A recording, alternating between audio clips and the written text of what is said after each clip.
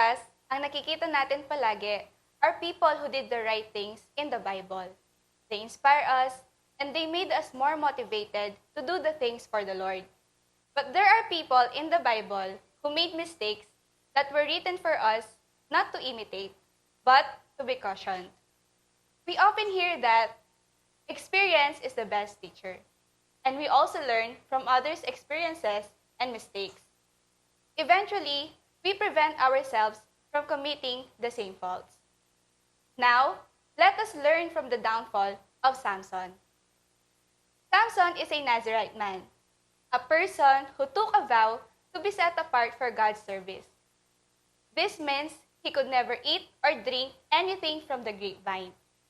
He had to stay away from graves, and he could never cut his hair.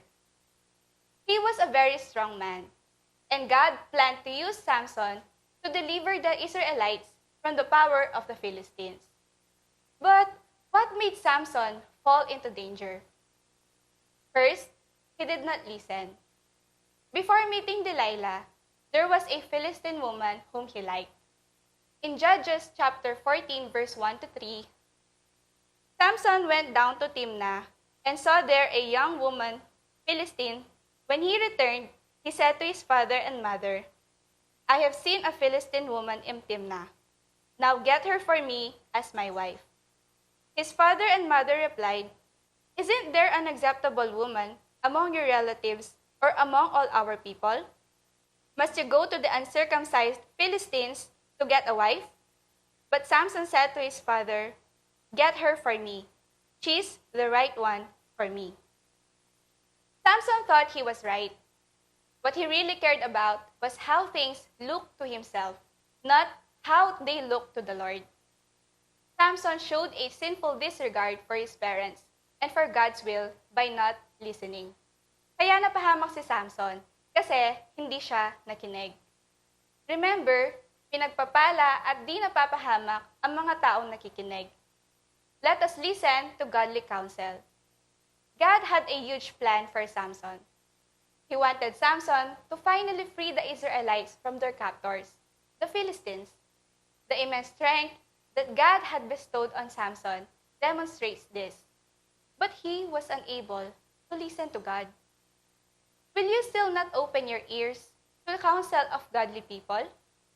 Baka pagdating ng araw, ikaw naman ang mapahamak. He did not listen because he recognized his strength as his own. In chapter 15 of Judges, Samson returned to his soon-to-be wife, but the father of the Philistines woman gave her to Samson's friend, and that made Samson burn the vineyard of the Philistines as repayment. Because of that, Philistines found out what happened to their vineyards and meant to kill him. He found a fresh jawbone of a donkey and killed 1,000 men with it. Then Samson said in verse 16, "With a donkey's jawbone, I have made donkeys of them. With a donkey's jawbone, I have killed 1,000 men." And he called that place Ramath Lehi. Samson said, "With a donkey's jawbone, I have killed 1,000 men." He did not recognize God for the strength that he had. The place was dedicated to Samson instead of dedicating it to God.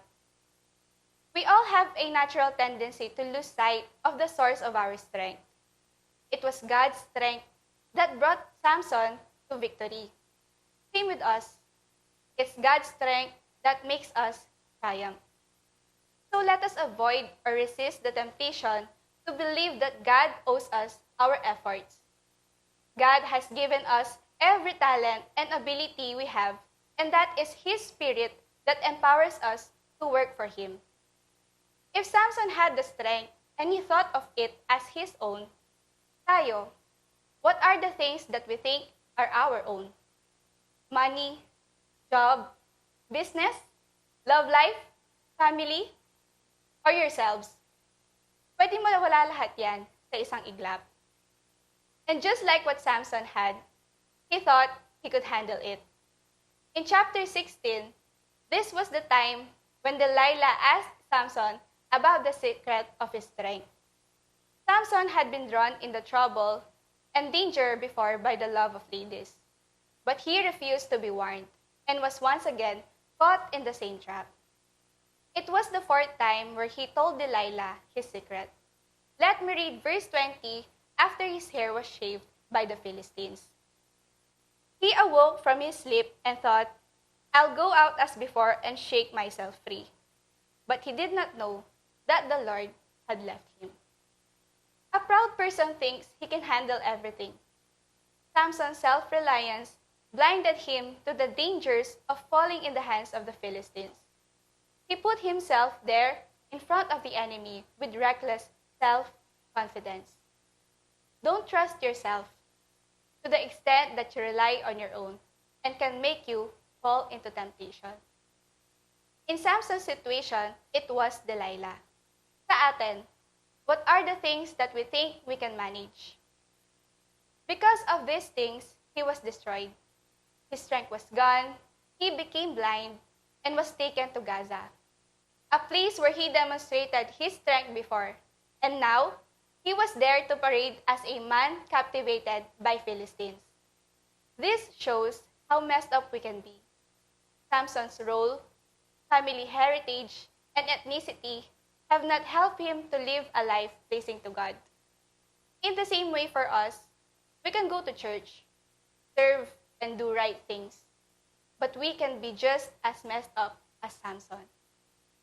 Life unchecked and uncontrolled by God will give in to pride and can lead to disaster. In 1 Corinthians chapter 10, verse 12, Paul says, So whoever thinks he stands must be careful not to fall. So be on guard and stay awake.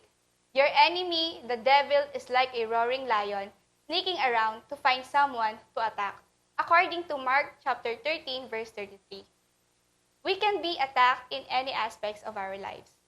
Let us not be too complacent, because the more that we draw near to God, the more that we should guard ourselves. Take caution, mga kapatid. Let us avoid acting carelessly, for we are all susceptible. To conclude, in 1 Corinthians chapter 10, verse 11 to 12, these are all warning markers, danger, in our history books, written down so that we don't repeat their mistakes. Our positions in the story are parallel. They at the beginning, we at the end. And we are just as capable of messing it up as they were. Don't be so naive and self-confident. You're not exempt. You could fall flat on your face as anyone else. Forget about self-confidence. It's useless. Cultivate God-confidence. A fall was experienced not only by Samson, but also by David, Peter, and other great leaders that can be read in the Bible. And if such things could happen to men of faith like them, how can we ever solely depend on our own ability to remain steady? Through this example, God shows us our weakness so that we will not exalt ourselves, but stand in fear. Right now, I declare that we will be willing to listen, we will not recognize everything as ours but God's, and we will all be more watchful. In that way, we will not repeat the same mistakes that Samson had made. Good evening, and God bless us all. Thank you for joining us.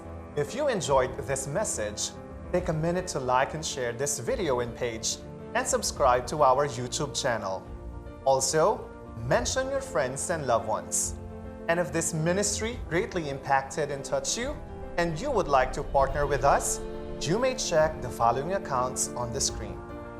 Thank you for watching and see you again on our next video.